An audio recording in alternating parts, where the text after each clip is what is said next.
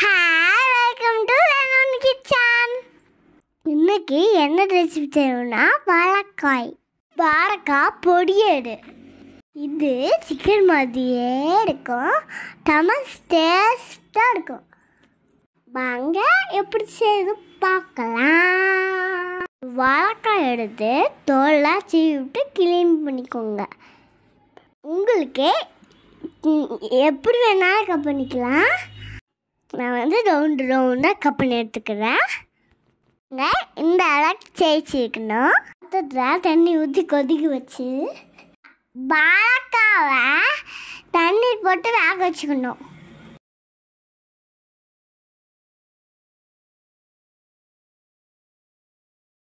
கொஞ்சம் உப்பு, கொஞ்சம் மஞ்சத்தூள் போட்டுக்கோங்க. மூடி வச்சு வேக வச்சுக்கோங்க.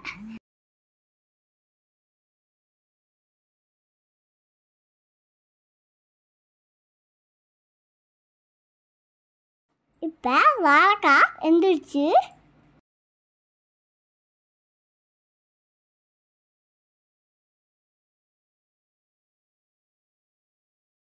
ஒரு வடை சட்டியில் எண்ணெய் ஊற்றி கடுகு, கடலைப்பருப்பு, உளுந்து பருப்பு அதெல்லாம் போட்டுக்கணும். கருவேப்பிலை கம்பெனி எடுத்து போட்டுக்கணும். நல்லா வெங்காயம் வணக்கிறதுக்கப்புறம் இஞ்சி பொறுப்பு நல்லா போட்டு வணக்கிக்கணும். இதுலேயே கொஞ்சம் உப்பு போட்டு வணக்கிக்கணும். மசாலாக்காத சிக்கன் மசாலா, கறி மசாலா, மல்லித்தூள் போட்டு நல்லா கிளறிக்கணும். கொஞ்சமாக தண்ணி விட்டுக்கோங்க, நிறைய தண்ணி ஊற்றக்கூடாது. எண்ணெய் பிஞ்ச வரைக்கும் நல்லா கிளறுங்க. அதுக்கப்புறம் வேக வச்ச வாழைக்காய் எடுத்து போட்டுக்கோங்க. போட்டு நல்லா கிளறிக்கோங்க.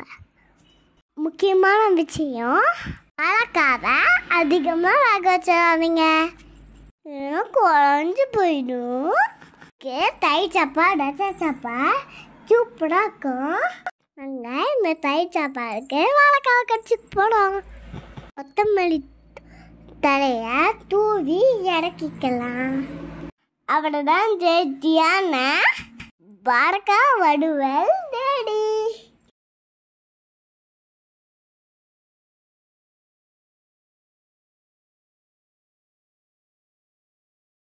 தயிர் சாப்பாடு போட்டு வாழைக்காய் எடுத்து வச்சு சாப்பிட்டோம்னா சும்மா அப்படிக்கா.